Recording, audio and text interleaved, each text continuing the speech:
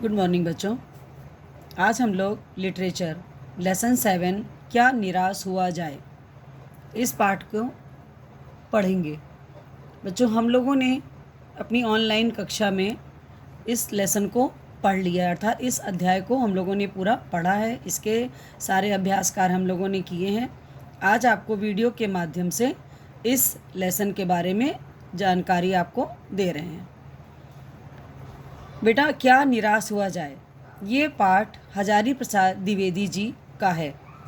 इसमें लेखक ने समाज में होने वाले जितने भी आप देख रहे हो वातावरण है कि समाचार पत्र जब उठाओ सुबह तो देखते हैं उसमें ठगी, डकैती, चोरी, तस्करी और भ्रष्टाचार के समाचार भरे रहते हैं। ये सब चीज़ें देख करके लेखक का मन जो होता है बच्चों निराश हो जाता है कि समाज की वर्तमान स्थिति जो है वो बहुत ही चिंता का विषय है। बच्चों, वो ये लेसन के माध्यम से आपको वो बताना चाहते हैं कि जहाँ पर इस तरह की चीज़ें समाज में हैं वहीं पर कुछ अच्छाइयाँ भी हैं, कुछ अच्छे लोग भी हैं। बुराई के साथ साथ हमें उन पर भी ध्यान देना चाहिए। यदि हम केवल बुराई ही देखेंगे, है ना, यदि हम विपक्ष देखेंगे तो पक्ष जो हमारा कमज़ोर पड़ जाएगा। इसलिए हमें पक्ष और विपक्ष दोनों ही लेकर चलना है, तभी हम निराशा से बच सकते हैं। निराशा से बचने के लिए बच्चों हमें अपने जीवन के जो हमारे महान मूल्य थे, हमें अपने भारत के, क्योंकि देखिए ये भारतवर्ष किसका है, ये तिलक और गांधी ने देखा था। रविन्द्रनाथ ठाकुर और मदन मोहन मालवीय जैसे महान संस्कृति एवं सभ्य भारतवर्ष किस अतीत की गहर में डूब गया है।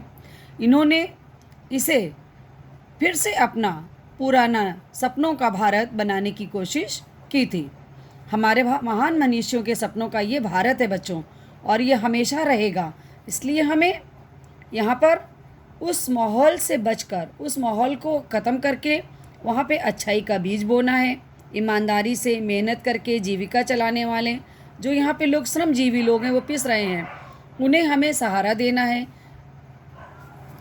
भारतवर्ष में बच्चों भौतिक वस्तुओं के संग्रह का बहुत अधिक महत्व नहीं है। उनकी दृष्टि से मनुष्य के भीतर जो महान आंतरिक गुण स्थिर भाव से बैठे हुए हैं वही परम और चरम है। तो इसलिए बच्चों लोभ, मोह, काम, क्रोध आदि विचार मनुष्य में स्वाभाविक रूप से ही विद्यमान होते हैं, है ना। ये प्रत्येक मनुष्य की कमजोरी होते हैं। तो हमें इनको क्या करना है, इन्हें पीछे हटाना था, इन्हें दबाना है, इनमें नहीं फंसना है।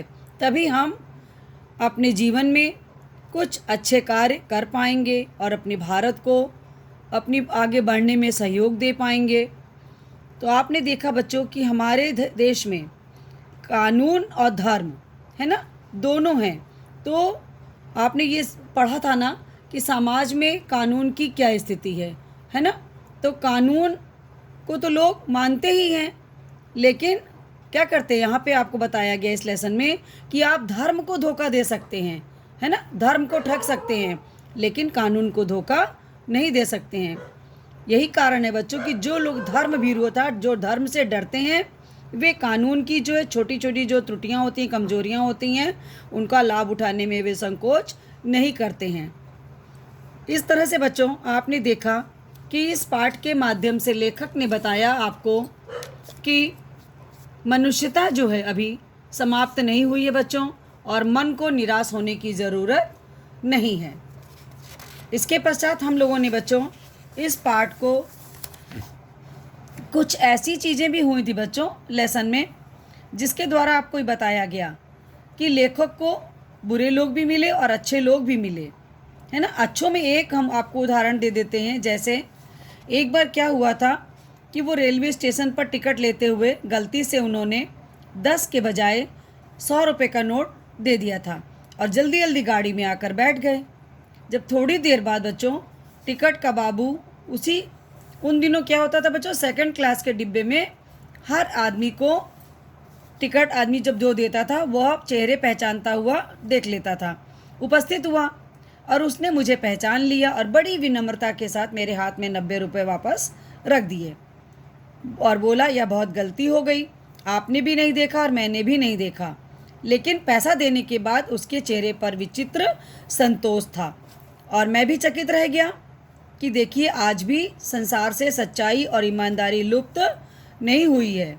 ठीक है बच्चों, इस तरह से लेखक ने अपने साथ बीती हुई घटनाओं के द्वारा आपको बताया है कि अच्छाई आज भी जीवित है, ईमानदारी आज भी है। इसके पश्चात बच्चों हम लोगों ने इस पाठ के शब्दार्थ किए थे। शब्दार्थ बच्चों इस प्रकार हैं। पहला शब्द था हमारा बच्चों मनीषी। मनीषी का मतलब होता है ज्ञानी व्यक्ति। निरीह, इच्छा एवं तृष्णा रहित, बेबस, असहाय, संयम, नियंत्रण, आध्यात्मिकता, अध्यात्म की भावना, अर्थात आध्यात्मिकता का मतलब होता है बच्चों धार्मिक भावना, अवांछित, अनचाहा, कातर, भयभीत, धर्मभीरु, अधर्म से डरने वाला, पर्दाफाश, भेद खोलना, दोष प्रकट करना दूसरों के, उजागर, प्रकट करना, गंतव्य, स्थान जहाँ किसी को जाना हो, ढांढस, दिलासा देना या धीरज देना।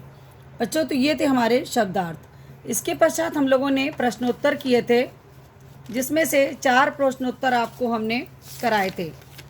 देखिए, पहला प्रश्न था, लेखक ने स्वीकार किया है कि लोगों ने उन्हें भी धोखा दिया है, फिर भी वह निराश नहीं है। आपके विचार से इस बात का क्या कारण हो सकता है? आंसर है बच्चों, लेखक को लोगों ने धोखा दिया है, फिर भी वह निराश नहीं है। इसके निम्नलिखित कारण हो सकते हैं। लेखक केवल उन्हीं बातों का हिसाब नहीं रखता है जिसमें उसने धोखा खाया है। लेखक को बहुत सी वे घटनाएं याद हैं जब लोगों ने अकारण ही उसकी मदद की और निराश मन को सांत्वना दी। लेखक आशावादी विचार रखने वाला व्यक्ति है। लेखक अन्य व्यक्ति के दोषों के साथ साथ उसकी अच्छाइयों को देखकर उन अच्छाइयों को प्रकट करता है। ये हो गया बच्चों क्वेश्चन नंबर 1 का आंसर कंप्लीट। क्वेश्चन नंबर 2 है बच्चों, दोषों का पर्दाफाश करना कब बुरा रूप ले सकता है?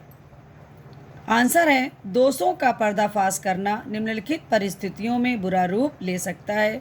पहला है बच्चों, पर्दाफाश का उद्देश्य किसी भलाई के कार्य से संबंधित ना हो। इसका उद्देश्य किसी व्यक्ति या संस्थान को बदनाम करना हो। तीसरा पॉइंट है बच्चों, सत्यता को जाने समझे बिना ही पर्दाफाश करने की कोशिश करना।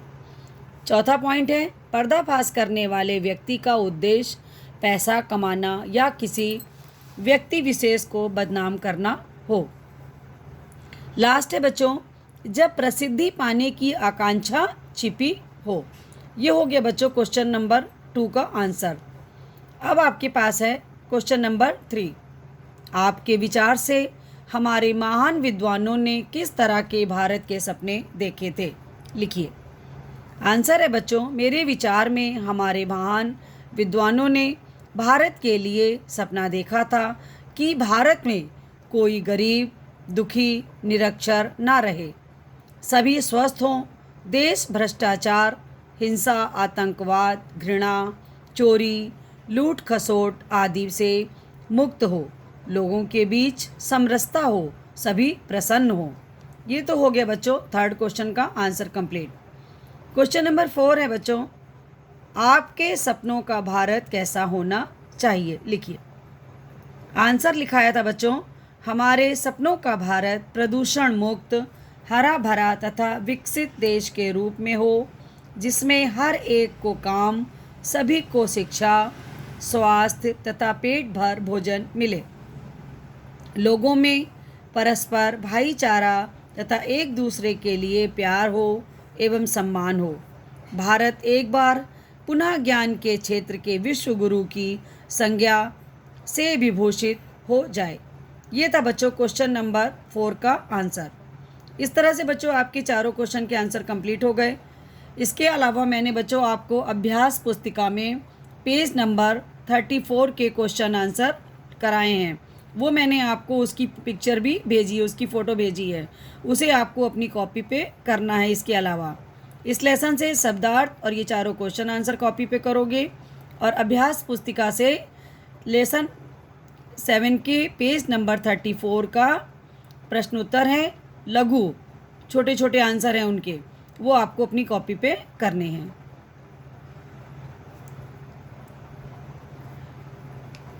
थैंक यू बच्चों।